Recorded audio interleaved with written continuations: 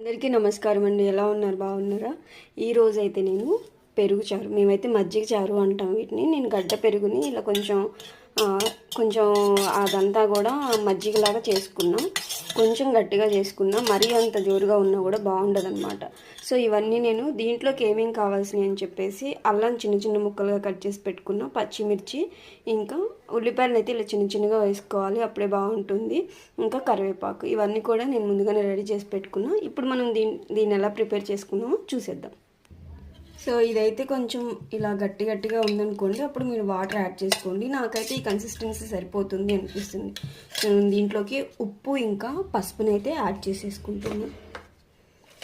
రుచికి సరిపడా ఉప్పు అయితే యాడ్ చేసేసుకుంటున్నా.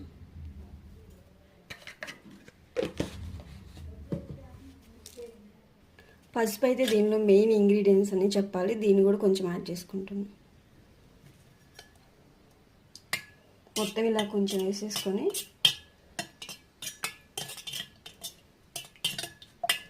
కొంచెం వేసుకుంటున్నా, తిరుమాతలో కొంచెం వేసుకుంటాను.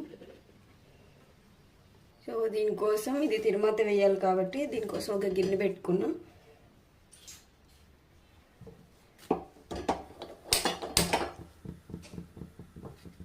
సిమ్లో పెట్టేసుకున్నా. కొంచెం ఆయిల్ వేస్తున్నా.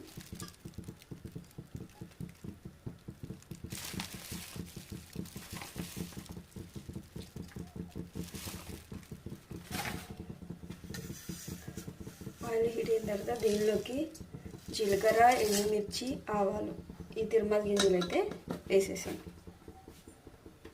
నేను కారం వేసుకోవట్లేదు, ఎందుకంటే పచ్చిమిర్చి ఆల్రెడీ చాలా స్పైసీ ఉన్నాయి అన్నమాట. అందుకని చెప్పేసి నేను కారం ఏమి యాడ్ చేసుకోవట్లేదు. ముందుగా తరిగి పెట్టుకున్న ఉల్లిపాయలు, అల్లం ముక్కలు, పచ్చిమిర్చి ముక్కలు అయితే వేసేస్తాను.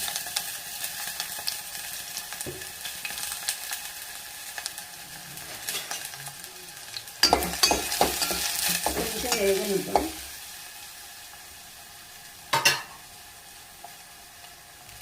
కరివేపాకులు వేసేస్తాం.